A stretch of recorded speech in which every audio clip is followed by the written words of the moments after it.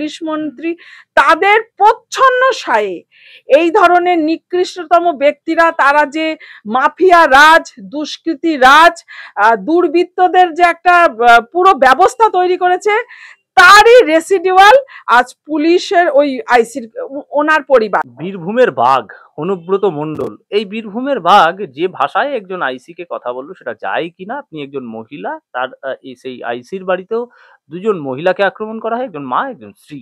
এই যে ভাষা শোনানো যাচ্ছে না পর্যন্ত, সেই যে রেকর্ডিং, কল রেকর্ডিং, সেই কল রেকর্ডিংটা করে অপরাধী আলটিমেটলি সে আইসি, কারণ তিনি অনুমতি নিয়ে এই রেকর্ডটি করেননি। আর বাজারে চলে এসছে এখন মুখ্যমন্ত্রী, পুলিশ মন্ত্রী তিনিও মহিলা। তাহলে কোনটা আইন? এই যে রেকর্ড করাটা যদি বেআইনি হয়, তা অনুব্রত মণ্ডলকে আইনি করলেন।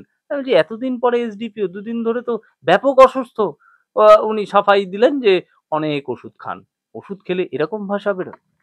প্রথমে বলি, বাঘ কিন্তু ভীষণ একটা প্রথিতযশা প্রাণী।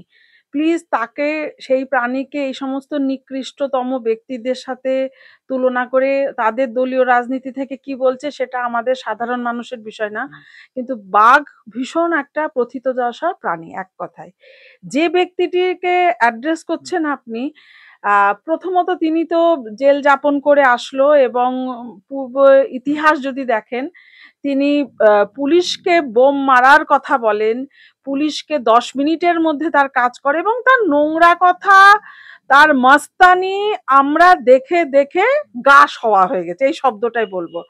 আজকে যে জন্য এত বড় একটা জায়গা তৈরি হয়েছে, কিন্তু তার যে গালিগালাজ, সো কল্ড কোড আনকোড পোটেনশিয়াল রেফিস্টদের মতো ভাষা ব্যবহার, সেইটা জনসমক্ষে আমরা সাধারণ মানুষ শুনিনি বলে আজকে হয়তো এই জায়গাটা তৈরি হয়েছে।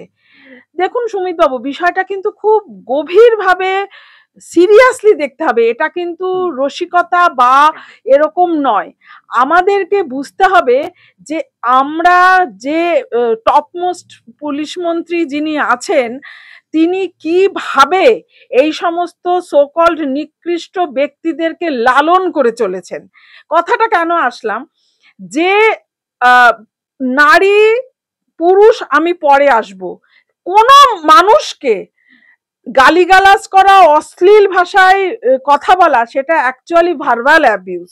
সেই দিক থেকে বললেও সেসব বোধগম্য ওনাদের হবে না, করবে না, কারণ তারা সমাজটাকে কলুষিত করেছে।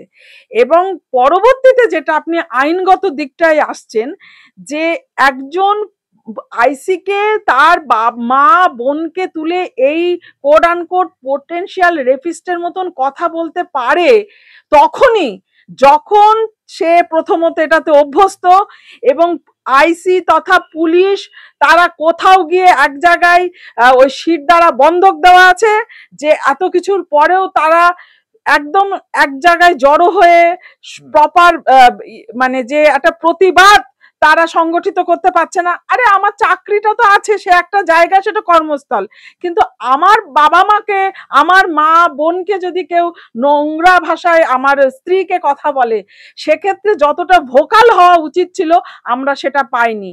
কারণ পাইনি এটাও আমরা বুঝতে পারছি, কারণ তাদের টিকি এক জায়গায় বাধা আছে। সেটা কোথায়? সেটা পুলিশ মন্ত্রী। এবং এটা একদিন না, এটা দিনের পর দিন হয়েছে। প্রথম দিন থেকে তারা কোথাও গিয়ে আত্মস্বার্থেই বলুন, আর ওই প্রশাসনিক কারণে, ওই সরকার তো না, এটা হলো তৃণমূল দল, আর তৃণমূল সরকার তো সমর্থন করেছে, অর্থাৎ শাসক দলের যে সমস্ত মানে দুর্নীতিমূলক কাজকর্মগুলোকে কোথাও গিয়ে তাদের মাধ্যমে রেগুলারাইজ হয়েছে। এই কয়লা বিক্রি টিক্রি গুলো, এই চুরি যেগুলো, এগুলো তো আর প্রশাসন জানবে না, বালি চুরি হবে প্রশাসন জানবে না, এরকমটা তো হয় না।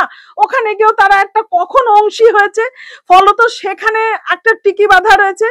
সেই কারণে আজকে তার মা তার স্ত্রীকে অকথ্য গালিগালাজ, ইনফ্যাক্ট রেপের মতন এক ধরনের অশ্রাব্য ভাষায় কথা বললেও সে জায়গা যেতে পারছে না। উপরন্তু আইনি জায়গা দেখানো হচ্ছে যে কেন তার কনসার্ন না নিয়ে এটা রেকর্ডিং করা হচ্ছে, বিকজ এটা পাবলিক ডোমেনে এসেছে, তাই তার ফোনটাকে বাজেয়াপ্ত করা হচ্ছে, এবং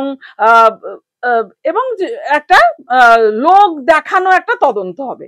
আপনি মিলিয়ে নেবেন, লোক দেখানো তদন্ত। কারণ এটা আমরা একদম দিনের আলোর মতন পরিষ্কার, এখানে উচ্চ পদস্থ যে সমস্ত আধিকারিক পুলিশ প্রশাসনে আছে, টপ মোস্টে যিনি আসেন পুলিশ মন্ত্রী, তাদের প্রচ্ছন্ন সায়ে এই ধরনের নিকৃষ্টতম ব্যক্তিরা, তারা যে মাফিয়া রাজ, দুষ্কৃতী রাজ, দুর্বৃত্তদের যে একটা পুরো ব্যবস্থা তৈরি করেছে, তারই রেসিডুয়াল আজ পুলিশের ওই আইসির ওনার পরিবার। এবং এখানে আমাদের সাধারণ মানুষকে বুঝতে হবে যে অসৎ পথে যাওয়া ভীষণ সহজ, সেখান থেকে বেরোনো মোটেও সহজ না, বরং কঠিন। সেই জন্য কোথাও গিয়ে পুলিশ প্রশাসনের একটা অংশ হয়তো বা, এটা প্রশ্ন আসছে কারণ এত কিছুর পরেও সেই ধরনের স্টেপ তো আমরা দেখিনি, হয়তো বা কোথাও গিয়ে নিজেকে স্যারেন্ডার করা আছে, করেছেন ওয়ান্স আপন এ টাইম, সেই জন্য সে সেইভাবে সোচ্চার হতে পারছে না। প্যারালালি আবার বিচার, এই যে তদন্ত ওনাদের বলুন আর যাই বলুন, সেক্ষেত্রে দেখা যাচ্ছে কোট আনকোট এই ধরনের রেপিস্ট মূলক কথাবার্তা যারা বলেন তারা কিন্তু ছাড় পেয়ে যাবেন, এবং যাদেরকে বলা হবে তারা কিন্তু ছাড় পাবেন না। তাহলে যে পুলিশ প্রশাসনের বাড়িতে মা স্ত্রী তারাই সিকিওর না, অন্তত ভাষাগত ভাবেও বা এরকম, তাহলে আমরা আমজনতা কোথাকার কোন ছাড়? আমরা তাহলে কাদের আন্ডারে আছি? আসলে আপনি যেটা বলছেন কোনটা আইন আর কোনটা আইন না, যদি আইনের শাসন হতো তাহলে সেটা আইন, এখানে চলছে শাসকের আইন। সেই কারণে আজকে এই ধরনের কালো সব এক একখানা কলঙ্কময় সময় আমাদেরকে দেখতে হচ্ছে, শুনতে হচ্ছে, খুবই হতাশার এবং লজ্জার। মুখ্যমন্ত্রী একটা স্টেটমেন্ট করতে পারতো, আমি দায়িত্বশীল একজন মিডিয়া পার্সন হিসাবে বলতে পারি, একটা স্টেটমেন্ট করতে পারতো, সেটা করলেন না। অনুব্রতর প্রয়োজন মিটেই গেল প্রায় বীরভূমে, একরকম রাজনৈতিক প্রয়োজন প্রায় মিটে গেল, কাজল শেখ ওখানে নেতা হয়ে গেছে এই মুহূর্তে তিহার থেকে ঘুরে আসার পর। এই এই এই এই যাবৎ এটা গেল রাজনৈতিক বিষয়।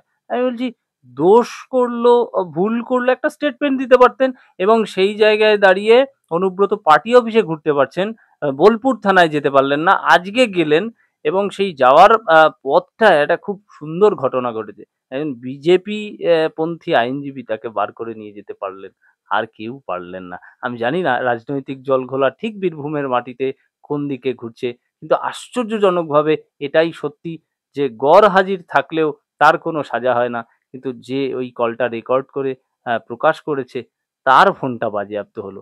এইটা ঠিক কিরকম? এই যে আপনি শুরুতেই বললেন একটা স্টেটমেন্ট, এটা তো আপনি একটা সত্যিকারের যেমন ভাবে একজন গুড অ্যাডমিনিস্ট্রেটরের হওয়া উচিত একটা অভিভাবকের, সেই জায়গায় এইটা বলে না আপনি আমি সুমিতবাবু একটা জায়গায় বলুন যেখানে অ্যাজ এ গুড অ্যাডমিনিস্ট্রেটর যে এই যে 10 কোটি মানুষের একটা পারফরমেন্স বলুন উনি দিয়েছেন না, বরঞ্চ ঘুরপথে বারংবার দেখেছেন উনি অসতের পক্ষ নিয়েছেন। সে আপনি চাকরি ক্ষেত্রেই বলুন, সে আপনি স্বাস্থ্য ক্ষেত্রেই বলুন, কি এই ধরনের কোড আনকোড মাফিয়া রাজদের ক্ষেত্রেই বলুন। তাহলে আমাদেরকে বুঝতে হবে তো যে কলমে এই যে দুষ্কৃতী রাজ, দুর্বৃত্তদের যে আনাগোনা, তাদের যে একটা মুক্তাঞ্চল তৈরি হলো কি করে? কোথাও গিয়ে প্রচ্ছন্নভাবে এইগুলোকে অ্যালাউ করা হচ্ছে, এইটা। আর সেকেন্ড প্রশ্নটা যেটা করলেন, গেছেন অপোনেন্ট বিরোধী দলের একজন আপনি আইনজীবী দেখছেন, আমরা কিন্তু বিভিন্ন ক্ষেত্রে সে মানে শিক্ষা বলুন, চাকরি বিক্রি ইত্যাদি বলুন, আর অভয়া বা স্বাস্থ্য ক্ষেত্রে বলুন, সেখানে প্রশাসনিক স্তরে কিন্তু একটা বোঝাপড়া আমরা কিন্তু দেখে আসছি। কারণ ইডি সিবিআই কে যে ধরনের মুভ করার উচিত ছিল সেটা আমরা পাইনি, এবং সেটা সর্বত্রই এটা প্রতিফলিত। সেই জন্য যে বিজেপির একজন আইনজীবী সেই তার অ্যাজ এ শুভাকাঙ্ক্ষী হিসাবে সেই অর্থে বলে তার পাশে দেখাতে, আমরা যে খুব যে এটা নিয়ে একটা বাবা এটা অস্বাভাবিক কিছু আমরা মনে করি না। কারণ একটা জিনিস বুঝতে হবে, কিছু কিছু রাজনৈতিক লড়াইগুলো এখন হয় মূলত ব্যক্তি কেন্দ্রিক, এজেন্ডা কেন্দ্রিক, এবং তাদের ক্ষমতা কি করে থাকবে, ক্ষমতার বাটোয়ারা। কিন্তু যেটা আমাদের ডেমোক্রেটিক ইনফ্রাস্ট্রাকচারে আমাদের এটা ভাবা উচিত যে সত্যিকারের মানুষের পক্ষে, যে আমরা সাধারণ মানুষ, আমজনতা, যাদের ওইরকম দাদা দিদি নেই, নেতা মন্ত্রী নেই, যারা খেটে খাবো, নিজের রোজগারে যেমন হবে তার প্রেক্ষিতে বাঁচবো, নিরাপত্তা নিয়ে বাঁচবো, মাথা উঁচু করে বাঁচবো, সসম্মানে বাঁচবো, তাদের জন্য কিন্তু সেই অর্থে নেই। সেইটাতেই কিন্তু আমাদের সাধারণ মানুষকে আরো সজাগ হতে হবে। অন্তত যখন আমরা ইলেকশনে ইলেক্ট করি কাউকে, তখন যে কোনটা আমাদের পক্ষে বেশি সিকিউর হবে। দেখুন সুমিতবাবু, হয়তো আমাদের সাধারণ মানুষের কম বেশি সব রাজনৈতিক দলের প্রতি উষ্মা আছে, নেই বললে ভুল।